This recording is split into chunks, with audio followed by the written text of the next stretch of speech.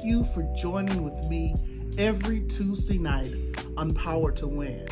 We've had some impactful sessions during 2023, and we shall continue to have our mini repeat series in 2024 during the spring as we plan for the conferences that Power to Win will sponsor. This year will be a special year of conferences to empower and impactfully grow you in ministry and in business. So look forward for the announcements that will come in reference to our planned conferences. We want you to start now preparing yourself for 2024 because it will be an amazing year of increase of knowledge, wisdom, and understanding for those of you that follow Power to Win. Again, thank you for all of your support and your continued engagement with Power to Win. May the Lord bless you real good. And remember, you too have the power to win.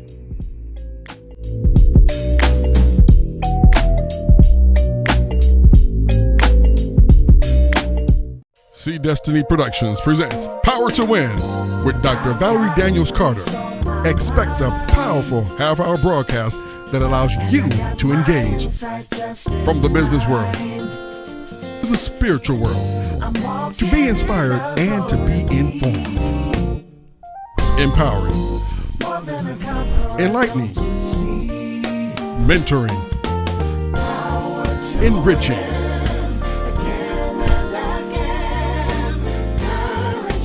Please like us on Facebook and follow us on YouTube and Instagram.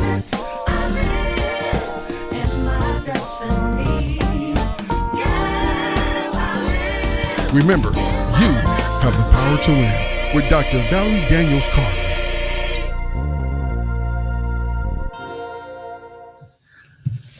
Good evening and welcome. Our current series, focusing on a true leader, comprises and comprehensively defines many of the attributes of effective leadership.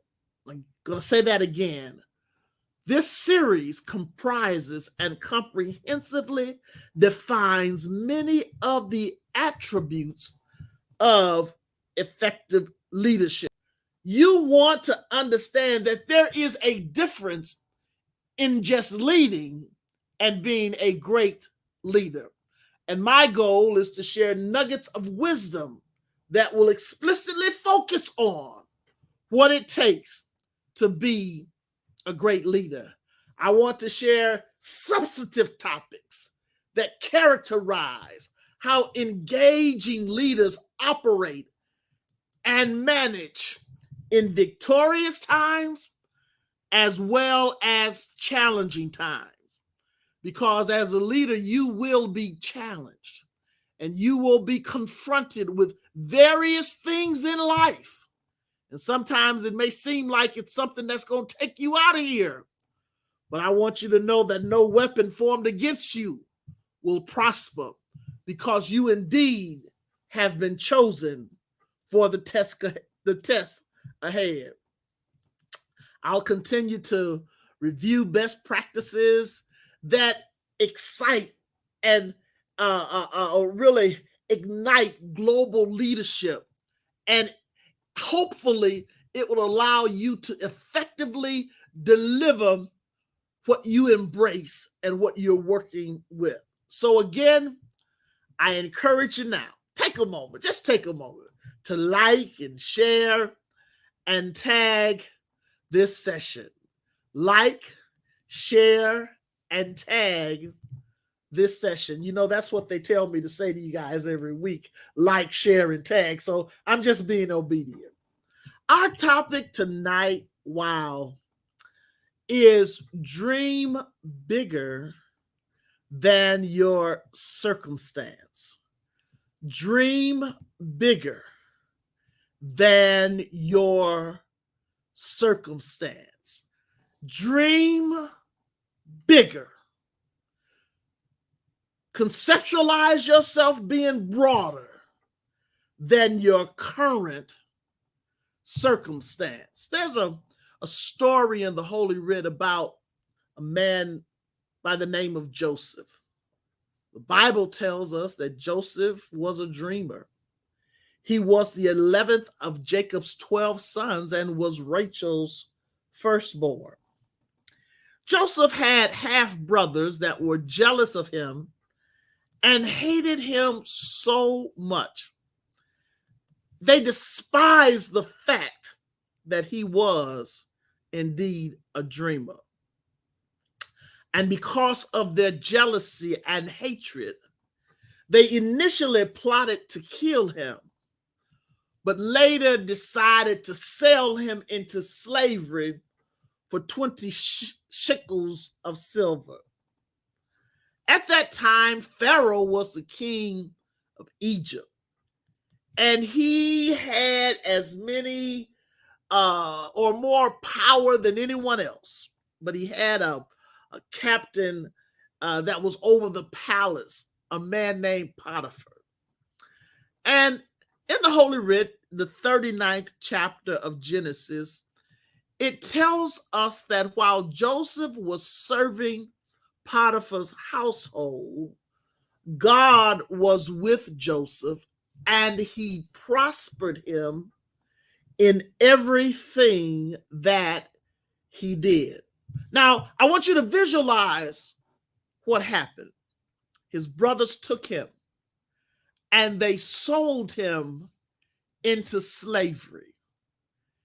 But when you are destined for greatness, you may have to go through setbacks in order to get to where you ultimately will be. Don't become discouraged. And there's a word that says, don't be weary in well-doing, because if you just can hold in there, don't be weary in well-doing, because you will reap if you don't faint, if you don't fall out, if you don't become so discouraged that you stop. Hang in there despite your circumstance. So Joseph was serving Potiphar in his household. In fact, Joseph found favor in the sight of Potiphar and became his personal servant. After some time, Potiphar's wife began to desire Joseph and sought to have an affair with him.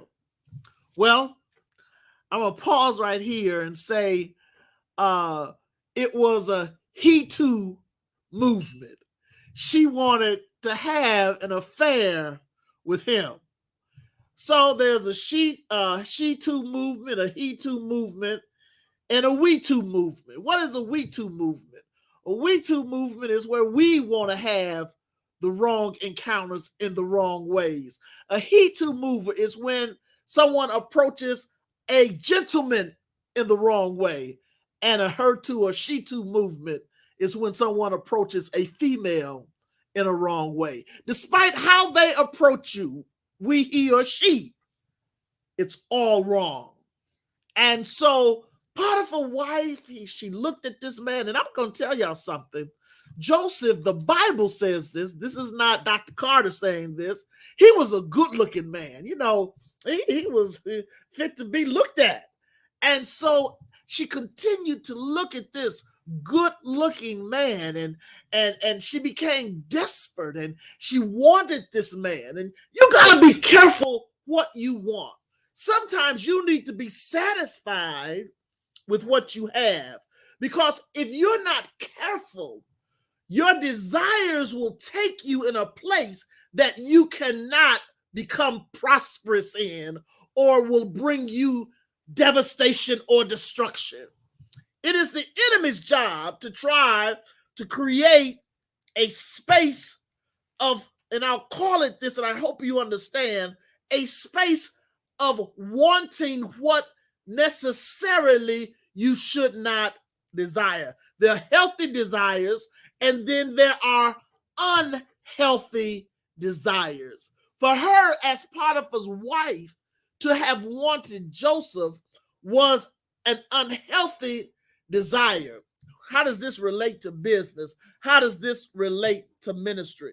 Let me tell you something. In your company, you can't always look at what appears to be good because it may not be appropriate. You can't always look at what appears to be good because it may not be appropriate. In this case, she was looking at something that was desirous. It wasn't that he wasn't desirous. You know, any woman in her right mind would have looked at Joseph and said, oh, yeah, come on, brother, let's do this. But the situation was not proper. You've got to be careful because the enemy will have you running after something that does not belong to you. In your company, in your organization, you'll be trying to create a solution for something that is not designed for your business. So she sought to have an affair with him.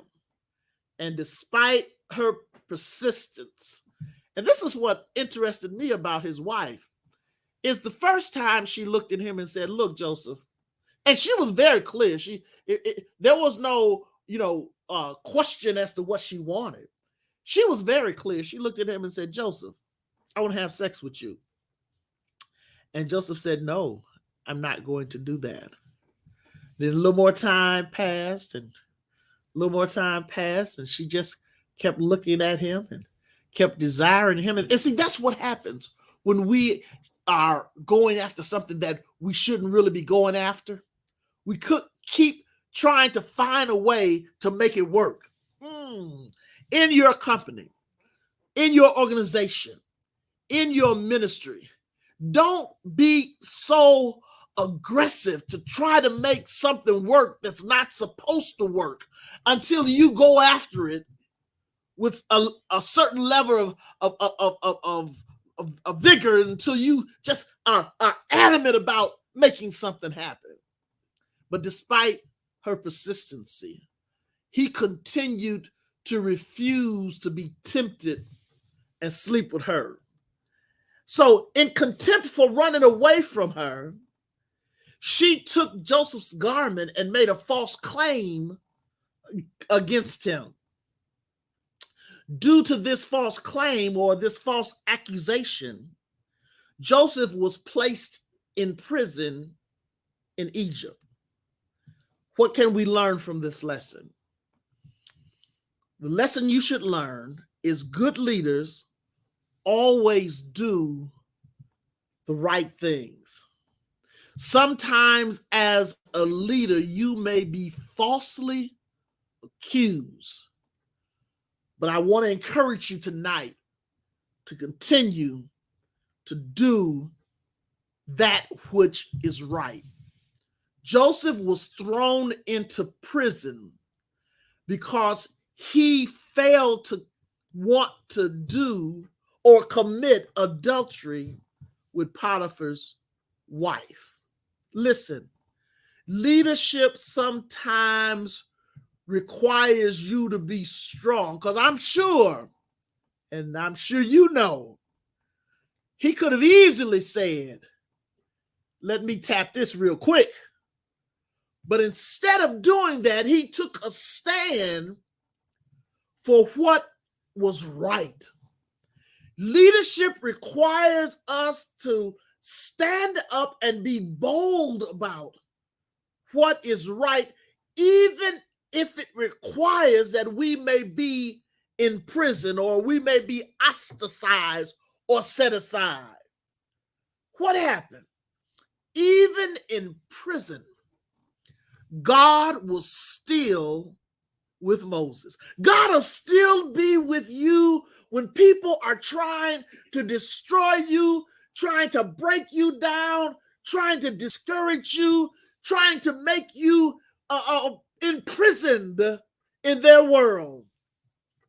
God will still be with you. God's favor and Joseph's faithfulness, God's favor and Joseph's faithfulness caused the warden to put him in charge of all other prisoners. Dr. Carter, why are you sharing this story with us? Because when God has destined you for something, you have to position yourself to faithfully go after what you know God has destined you for, despite the circumstances. Because even in the midst of your prison, you will find favor. After Joseph was in prison for more than 2 years, this just wasn't a 3-day lock him up and let him out. After he had been in prison for more than 2 years, the king, Pharaoh, had 2 dreams which disturbed him, and he couldn't interpret them. His astrologers couldn't interpret them. No one could interpret them. And they said, we know somebody that can interpret the dream. And so they called for Joseph, and Joseph was called to interpret the king's dream. And Joseph simply told the king or Pharaoh, this is what the dream means. You need to store up surplus of grain during years of abundance because a drought is coming. So because of the king's obedience to the servant, oh my God, I hope y'all got that. Because of the king's obedience to someone who was subservient to him, he was blessed. And in doing so, so many people were able to eat during the famine. And as the story continues to unfold, Joseph goes from the prison to the palace. He goes from his prison to the palace. Let me tell you something as a leader. Don't be afraid to exist with a positive attitude in your prison. Your prison may be a situation to where you may feel a little financially distressed, or you may be having some familial problems, or you may be living through this pandemic and COVID-19 seems to be in control. Delta is on its way. Don't be afraid to be strong in the midst of your prison. You just started your business and it seems like it isn't going the way you want it to go. You just started your ministry and it doesn't seem like it's going the way it's supposed to go. Don't be afraid to be strong. Be strong, therefore, in the liberty wherein God has set you or placed you and made you free. And don't be encamped or encaptured with things that are not supposed to be attached to you. Potiphar's wife was never supposed to be attached to Joseph. And because Joseph remained strong, he kept his fortitude and his position. He was allowed to go from the prison to the palace. Here's another key thought. Leaders are insightful. You may have to go through some challenges to get to your palace, but don't stop dreaming. Dream beyond your current circumstances. Dream beyond your current troubles. Dream beyond your current setbacks and battles. For the race is not given to the swift. Neither is the battle given to the one that is the strongest. It's given to the one who endureth or endures to the end. So you have to look to God, who is the author and the finisher of your faith. You have to look to the hills from whence cometh your help. Look to the hills, from which cometh your help. See, what you don't recognize is that your confidence can't be in man. It can't be in processes. It can't be in stuff. It can't be in people, equipment. It can't be in IT. It can't even be in your family. Your confidence has to be in God. Not only did he make it to the palace, but Pharaoh also put him in charge of all of Egypt. So he really went from being at the lowest point, or one of the lowest points of his life, to being in charge of everything. Pharaoh took off his signet ring and put it on Joseph's hand as a sign of leadership. Then he clothed him in fine linen and put a gold necklace around his neck. And although he had been sold into slavery by his jealous brothers, and let me tell you something, when you are successful, when you're going someplace, everybody is not celebrating you. Everybody is not happy because you are ascending to new horizons. Everybody is not glad because you are blessed and increasing and encouraging. You're going to have individuals that are haters. And whether you recognize it or not, some people don't even or won't even have a reason to dislike you. They just don't like the fact that you're moving forward and that you're getting favor, insight, and access. Joseph rose to be one of the most powerful men in Egypt next to Pharaoh. And not only was he a powerful man, but he saved so many lives during the famine. Look, you have been created, your organization may be created to save the lives of others. You're a business leader.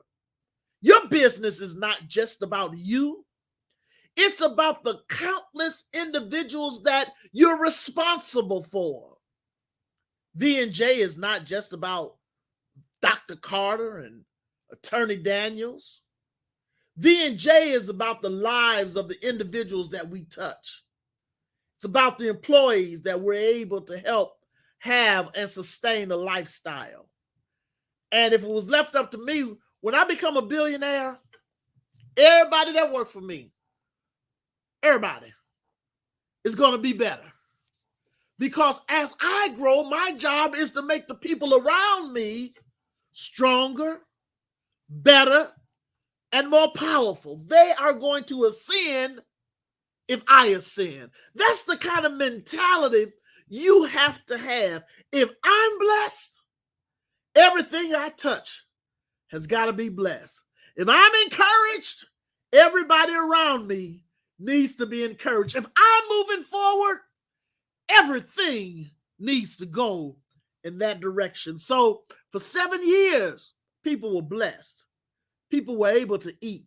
There were people dying all around them, but they were surviving because a man had the ability to see beyond just today. He had the ability to understand that it's not just about where I was or what happened to me. He didn't linger on what his defeat was, or that the fact that his brothers had sold him into slavery, and the fact that he had done nothing wrong to Potiphar's wife. He didn't linger on the negative things that had happened to him. He learned to dream big despite his circumstances. And eventually, Joseph's brothers had to find him and ask for forgiveness. And he was reunited with his family. My last thought for tonight: faithfulness can bring reconciliation. It brought reconciliation for Joseph and his brothers and his father. And you, as a true leader, must follow the example of Joseph. Dream bigger than your circumstance, despite where you are right now. Understand that where I am now is just a temporary position to where I'm going. It's time for me to close. This time has gone so fast. I've got so much more to say about this, about dreaming big and positioning yourself for the increase. But you're going to have to join me on next Tuesday. It's been my joy to share with you. Let us close in prayer. Father, for this time, I'm thankful and grateful. Thank you that you've given us the ability and the insight, the wisdom and knowledge to be able to want and appreciate what you have for us. Bless these, your listeners. Teach them to dream and have insight even beyond measure. Bless us and keep us is my prayer. In Jesus' name, amen. Thank you for joining with me. Join with me next week as we continue our series focusing on a true leader. Take a moment to visit our website, www.valeriedanielscarter.com. Like my Facebook page and follow us on Facebook, Instagram. Subscribe to my YouTube channel. Until next week, remember to remain positive and dream bigger than your circumstance. God bless you and have a good night. We're so glad you joined us tonight. Please like us on Facebook and follow us on YouTube and Instagram. We look forward to seeing you next week. Remember, you have the power to win with Dr. Valerie Daniels Carter.